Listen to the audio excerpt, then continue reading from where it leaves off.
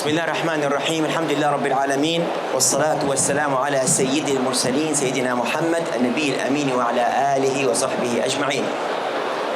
بسم الله الرحمن الرحيم. نبدأ.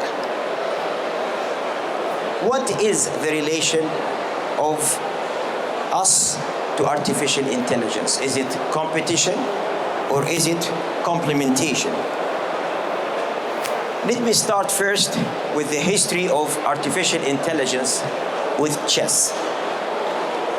Up until 1990s, the artificial intelligence and the humans were competing. However, you notice by 2005, the artificial intelligence have gone so far that there is no chess player in the world can even come closer to win a game against artificial intelligence. No chance.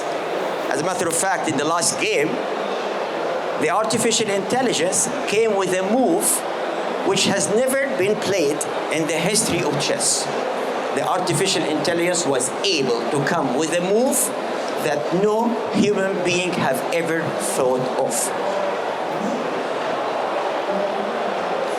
Not only this, the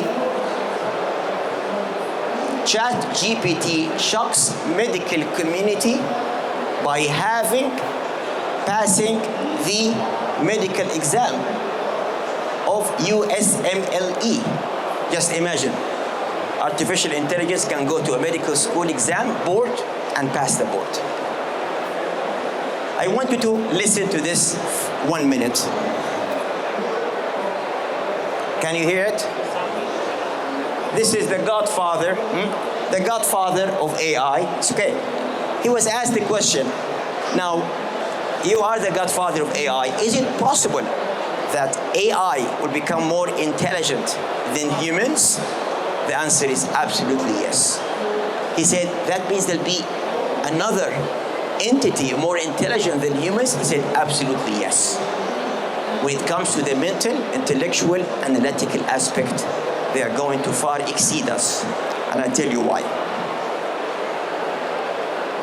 Now, so the question is, do you think artificial intelligence will replace us as physicians, as healthcare providers?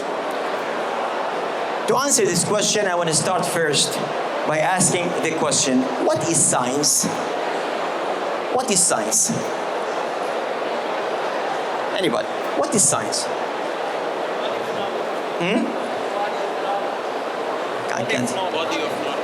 Knowledge. Okay, so information. A lot of information. So what next? You take the information and then do what? You form patterns, right?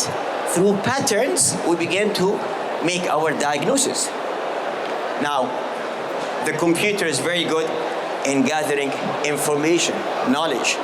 Whatever we can contain here, the artificial intelligence, the machine can keep and gather more data.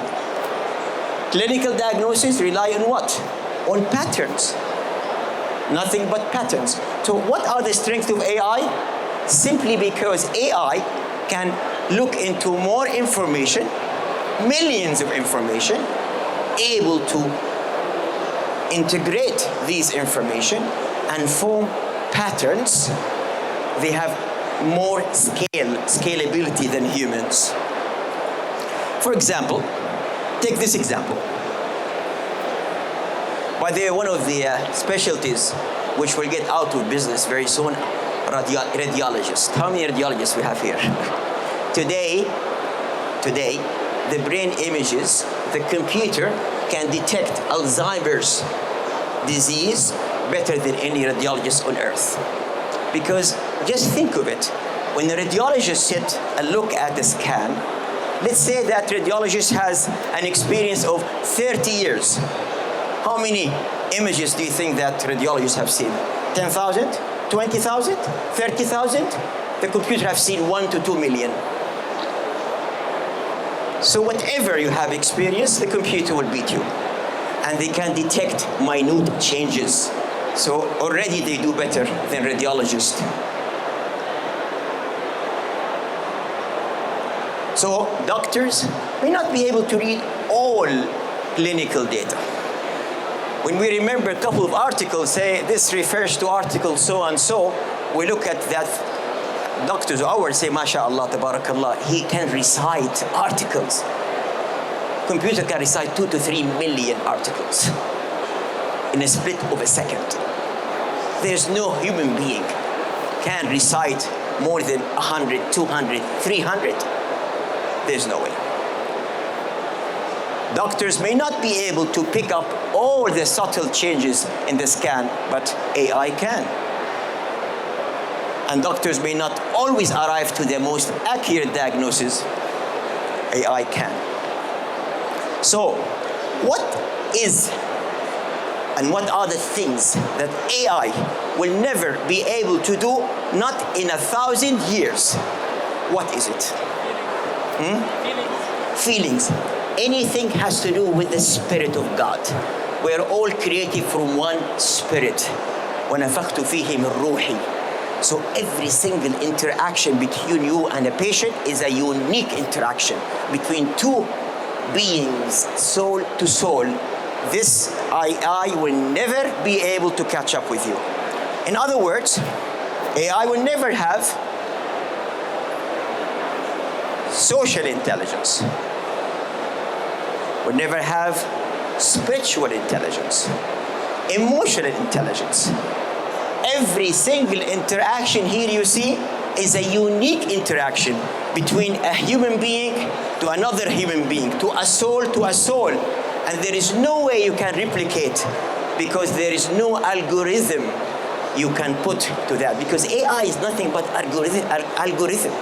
Take the data, we put the algorithm, but there's no algorithm here, because this human being, you've seen, let's say, 10,000 child in her lifetime. Trust me, every single child has a unique interaction between two spirits, two unique beings.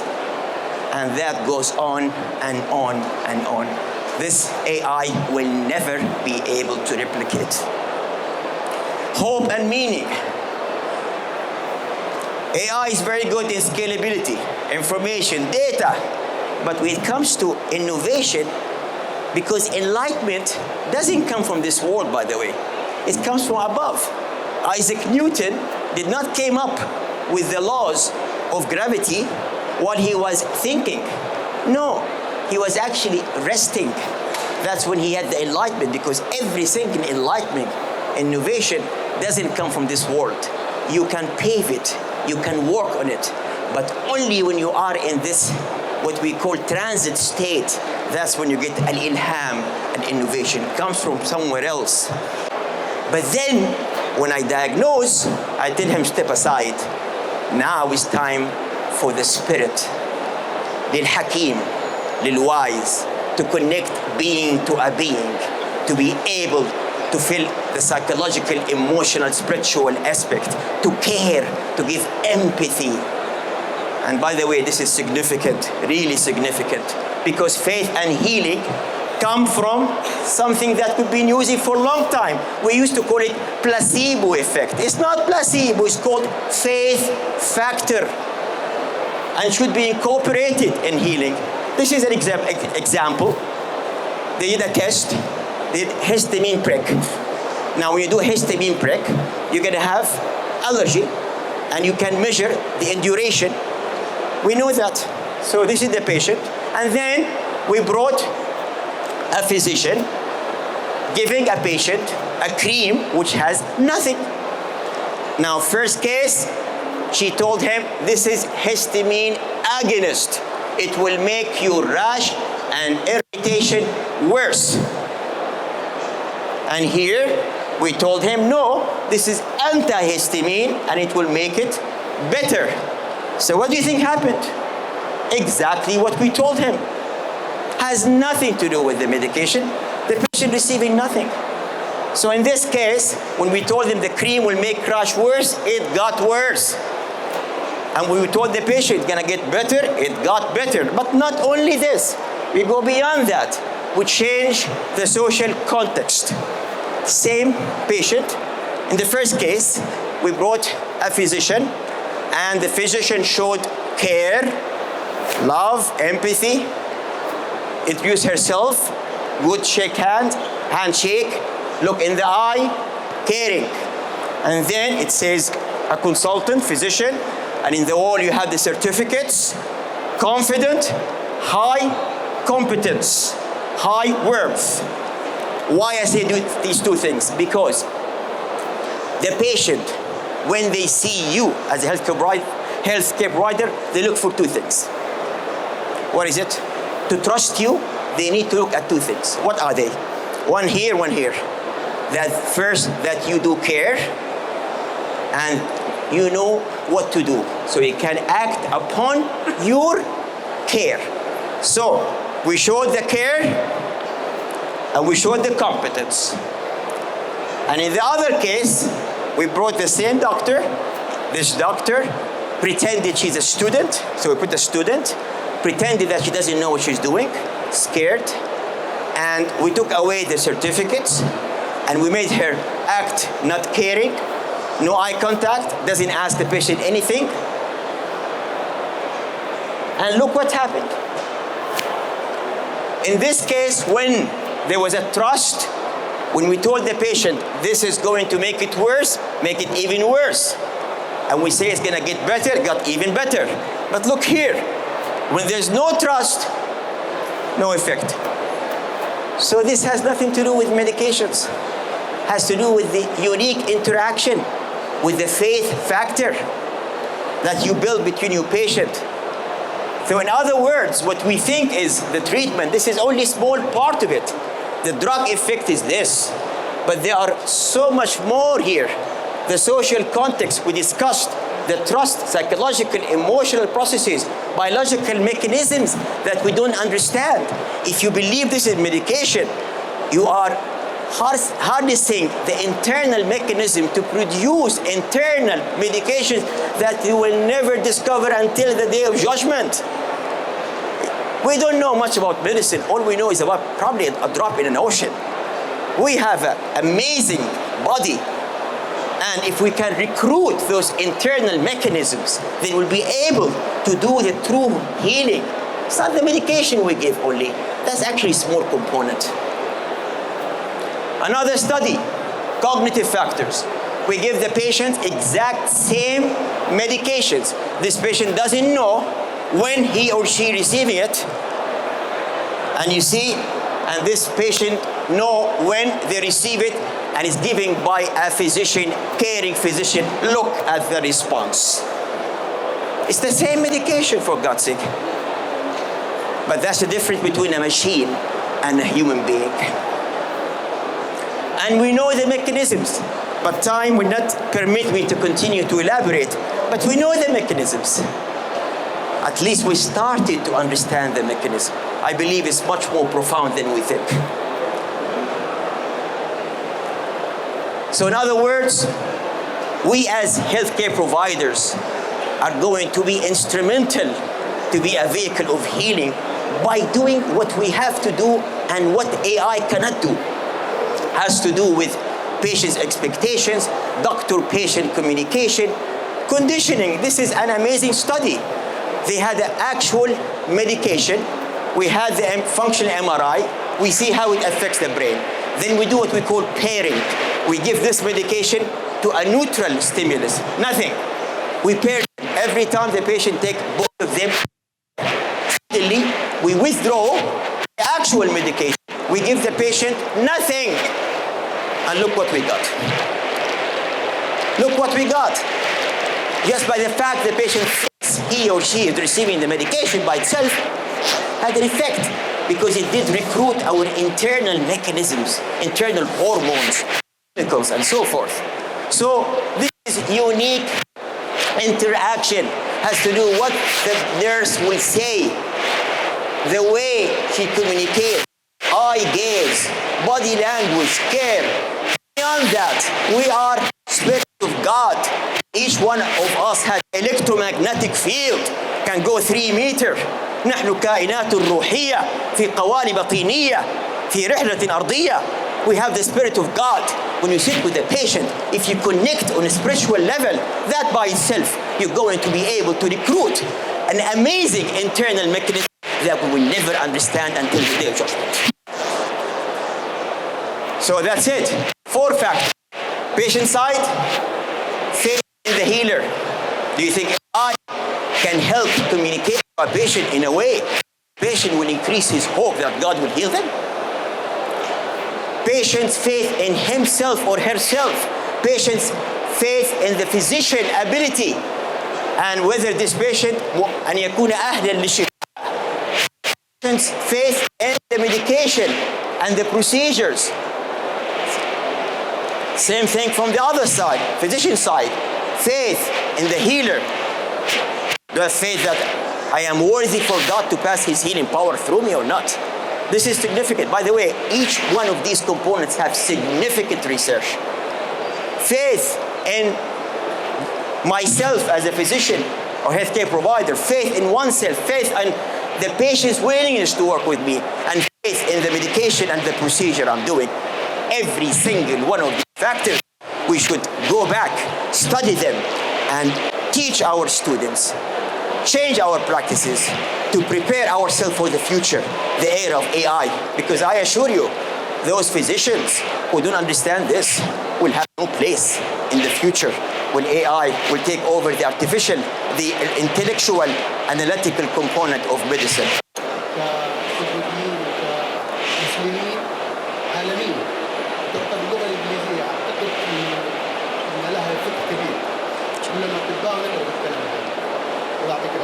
Shukran lak.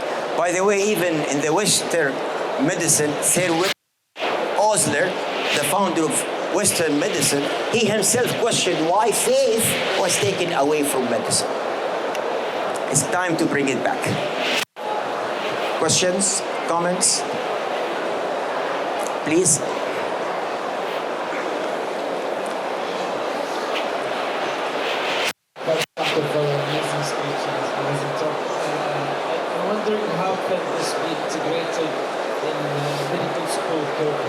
Amazing question. I myself working with my team, Dr. Ala Nazal and the team, and Dr. Ayman Suleimani, here, Chief Medical Officer. I'm going to try to take each one of those components, we're finding the research, and try how to start adding small components, baby steps. For example, our residents, teach them exactly how to communicate, eye gaze, step by step. It's a whole new way of approaching the patient, a doctor-patient relation. And I have not seen anywhere anybody had put al-mu'jam for how we're going to teach medical students. It's a whole transformation. Instead of having the IQ, multiple choices, intelligent, how to memorize, now it should be, instead of IQ, should be emotional intelligence. We should change the whole curriculum. That, you know what, I don't care if you cannot memorize microbiology. Microbiology was one of the most difficult topics for me. Now, physiology was easy, makes sense. Microbiology, I had to memorize every microbe. I have to make a historical story for it. I couldn't memorize it. Now, in the new era, why do you need to memorize microbiology? I don't need that. I need to understand and know exactly when you come back to your AI, ask him, what do you think of that? But I need you to be a human, to connect with that patient, and to recruit those faith factors, which are more significant. The side effects in a way that you do power of suggestion, and the patient will begin to have side effects. And he can communicate it in a way that the patient becomes aware of it, but not obsessed. And that's an art to break news of a cancer to a patient. It's an art. I've seen people who are amazing emotional intelligence were able to break bad news, and the patient will accept it.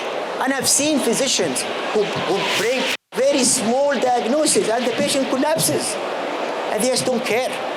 The patient comes in, gets out. I've seen doctors where patients go in just by sitting with the doctor. They feel that they healed. The doctor is listening. And I've seen patients go to amazing physicians, but unfortunately they don't have it. And the patient will get out with a bag of medications and say, I got to the patient with a spirit and I'm leaving with a bad spirit. every single patient has to get out of the doctor's room with a high spirit. Healthcare as it stands today is not giving us enough time to spend with the patient. However, I've seen physicians who have the same amount of time, that 20 minutes, 15 minutes, and when you press Gainey, they have very high patient satisfaction. So it's the quality. You see, care, patient will judge you in the first minute whether you truly care, and you know. And once you show that caring, sometimes 15, 20 minutes will do. But sometimes from doctors, if you get in 2 hours, فاقد الشيء لا يعطيه. So it's a difficult question. I wish I could say that I gave every doctor a full hour to spend time, but even if I do that, trust me, the doctor who can get the patient out of their rooms with high patient satisfaction in 15 minutes is the same one who does 1 hour. But the one who cannot, he cannot. But I wish we can change the whole system and give more time to doctors. It's bigger than me, please. Thank you for But one second. AI, by the way, to answer your question, AI will help you have more time to focus only on the empathy part, because they're going to do all the analysis. They'll be in the computer, taking the differential diagnosis, writing symptoms, everything done. You focus on empathy, caring, social intelligence. So that's the AI role, inshallah. Thank you so much for the word of wisdom. And just a comment on why we need to integrate what you said and the role of AI hand in hand with the human. So first advice I received from the seniors, he said, in the middle of the night, if you have question, you call the nurse. If she calls you, tells you a patient has so-and-so, don't you ever tell her what to do. Ask her, what do you think I should do? And then give her the order. So they became our teachers for a whole 1 year, first year. So the relationship between the doctors and nurses are partnership in the States.